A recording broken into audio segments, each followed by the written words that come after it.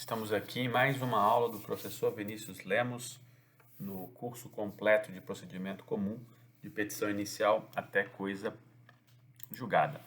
Numa continuidade da aula passada, vamos falar aqui sobre a contestação, mas focando aqui sobre a alegação de preliminares processuais ou o artigo 337 do CPC, ou seja, uma defesa sobre a admissibilidade do processo aqui antes de entrar sobre a defesa propriamente do processo em si.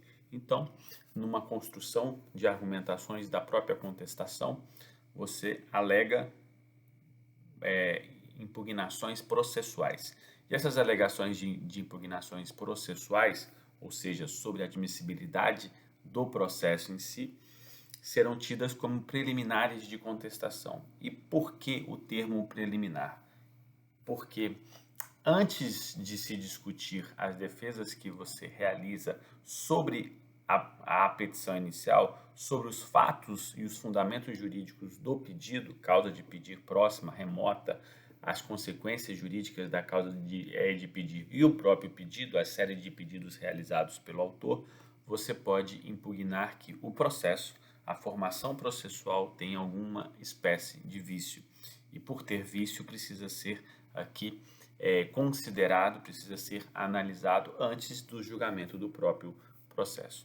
Isso você alega na contestação como matéria de defesa processual e impede, enquanto não analisar essas questões, que o mérito seja analisado. Então deve ser analisado sempre antes do mérito, antes de se analisar a defesa processual, a defesa do processo, das questões de fundo. Então são preliminares processuais por serem necessariamente alegadas antes e analisadas de igual maneira, de maneira anterior, de modo anterior ao mérito.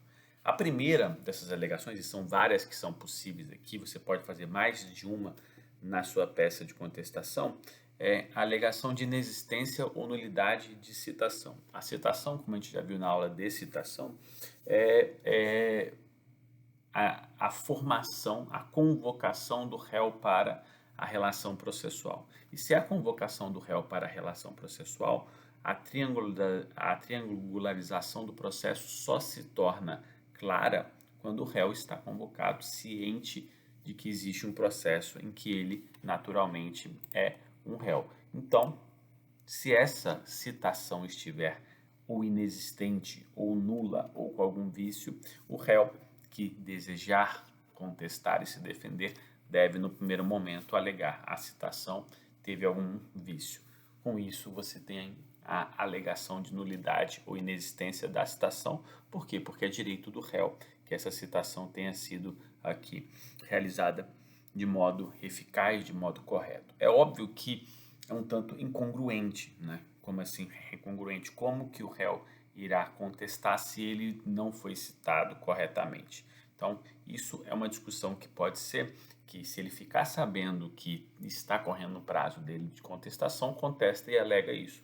Mas se a citação é nula, teoricamente ele fica sabendo do processo e verifica que tem uma nulidade de citação, ele contesta, alegando nesse momento a nulidade de citação. E ela é preclusiva, né? O que significa isso? Se ele contestar e não analisa e não suscitar, a citação naturalmente será tida como válida, né? E aqui depois nós temos as incompetências, incompetência absoluta e incompetência relativa. Dentro dessas incompetências aqui, você pode alegar que o juízo, e aí o juízo, o órgão jurisdicional, ele não detém competência para julgar aquela ação. A incompetência absoluta é matéria de ordem pública e, por ser matéria de ordem pública, logicamente aqui pode ser alegado na contestação e em alguns momentos posteriores, se perceber-se posteriormente que a competência foi mal definida absolutamente. A competência relativa, ela é preclusiva. Ela é muito mais interligada à competência territorial. Ou seja, se eu não alegar no momento da contestação, não poderia alegar depois e terá aqui notadamente a prorrogação da competência. Então você alega na própria contestação de que a escolha realizada pelo autor para o juízo competente foi uma escolha equivocada. Depois, ainda sobre isso, o código inseriu no artigo 340 a possibilidade, na incompetência absoluta, de você protocolar no próprio foro. Isso era muito mais pensando num processo não digital, né, em que você possibilitasse aqui que o réu é um protocolo mais próximo do réu. Só que isso acaba que perde sentido na percepção de um processo eletrônico. Depois nós temos a alegação de incorreção do valor da causa. Toda causa tem um valor, né? O artigo 292 já projeta ali o proveito econômico como o valor a ser dado pela causa, e dependendo do valor que o autor conceder à causa, as custas, os ônus da sucumbência, o envolto econômico do processo será definido em percentual disso em cada tribunal. E se o autor colocou um valor baixo demais ou alto demais, que está em inconformidade com o valor real da causa, o réu pode impugnar esse valor, tanto por ser um valor maior, quanto por ser um valor menor. Então ele abre um incidente aqui que precisa de readequação para minorar ou para majorar. Se for para majorar, por exemplo, e ele tiver êxito nisso, o juiz deve aqui alterar o valor da causa e intimar para o pagamento das custas sobressalentes aqui, ou aquelas que não foram pagas. Se diminuir, tem que ver uma questão até de devolução de custas antecipadas pelo reautor. Depois tem a alegação de inépcia da petição inicial. Nós vimos já o que é uma inépcia da petição inicial na aula de petição inicial, de indeferimento da petição inicial. E aqui é a alegação de qualquer tipo de inépcia, né? Inépcia porque falta pedido, inépcia porque falta causa de pedir, porque não ficou bem esclarecido, né? Porque tem aqui diversas incongruências em relação a isso. Ou então, que se pediu uma emenda e a parte não realizou essa emenda. Então, tem qualquer aqui ponto em que a petição inicial não consiga, na percepção do réu, trazer um conglomerado à sua função de traduzir a pretensão do réu processualmente e procedimentalmente dentro das conformidades do artigo 319 e do artigo 320. Então, o réu pode alegar. É óbvio que o juiz já fez uma análise preliminar perfunctória da petição inicial, mas o réu pode suscitar isso, né? Então, seria essa preliminar. Depois, a alegação de pressupostos processuais negativos. Quais são os pressupostos processuais negativos aqui? Nós temos a coisa julgada, a perempção e ainda a litispendência, ou seja, o réu pode falar, olha, teve coisa julgada, está se repetindo um processo que já foi julgado, que já transitou em julgado.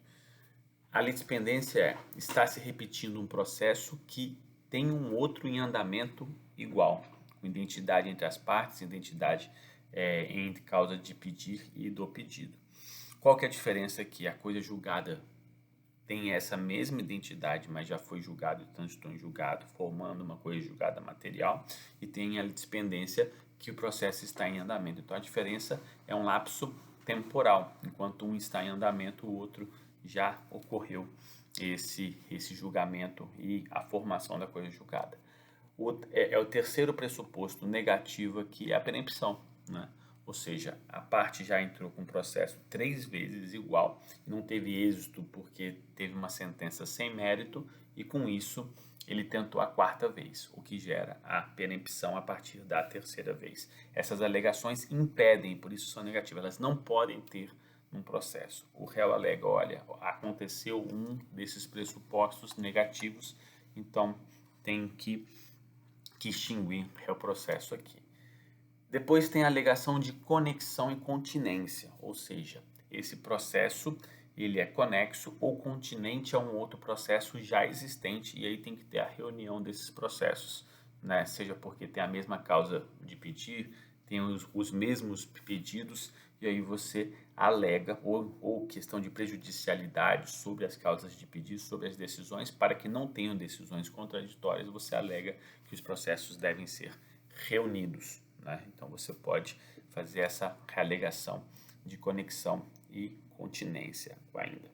Tem a alegação de erros aqui nos próprios requisitos de validade do processo, como alegação de incapacidade da parte, defeito de representação, falta de autorização, ou seja, pode ser que o advogado não tenha procuração, pode ser que a pessoa que assinou a procuração não seja a representante da parte, pode ser que o cônjuge não deu autorização ou falta a autorização do cônjuge para entrar com aquela ação quando a lei determina. Então, qualquer que seja esse vício aqui, você pode o alegar se ele realmente estiver presente no processo.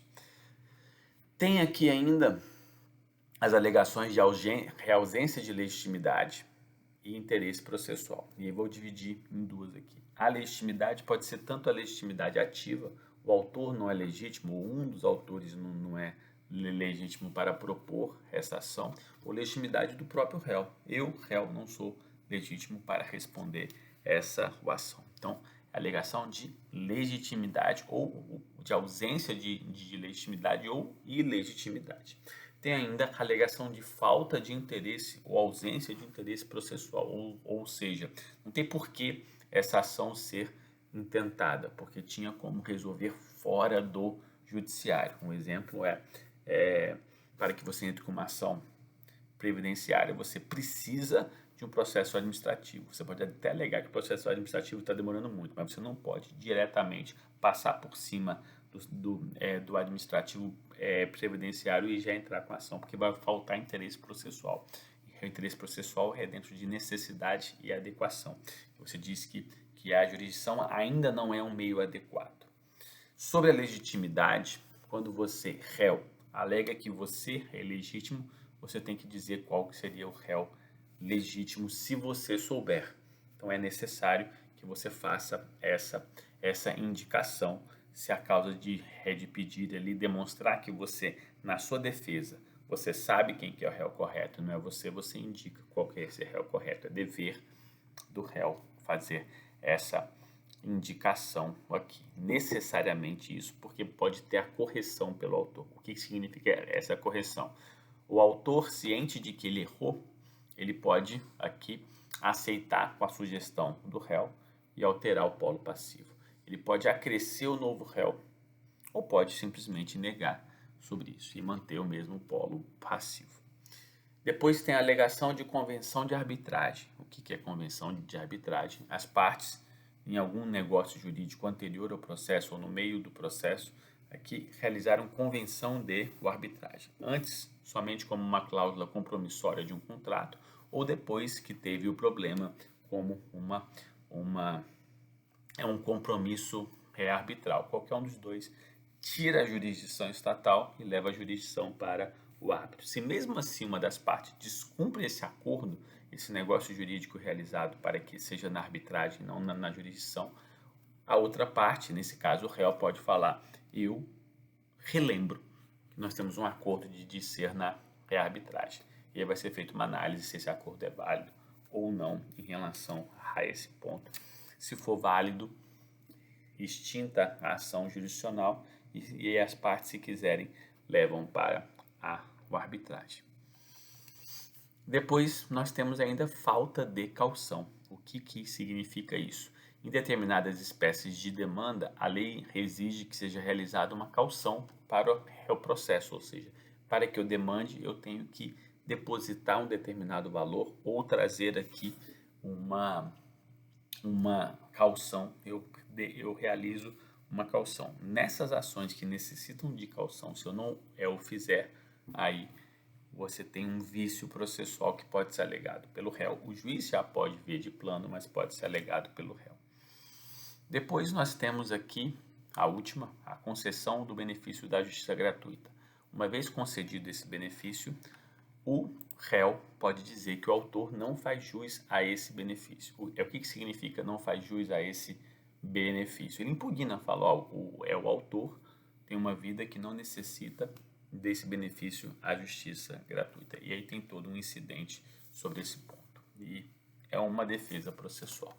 Essas defesas processuais, isso é importante a gente falar, pode se dividir entre defesas que são meramente dilatórias, ou seja, eu quero corrigir esse vício. Né? Principalmente a gente pode falar sobre a competência. Né? Você não quer extinguir o processo, o juiz vai achar a competência correta, por mais que demore.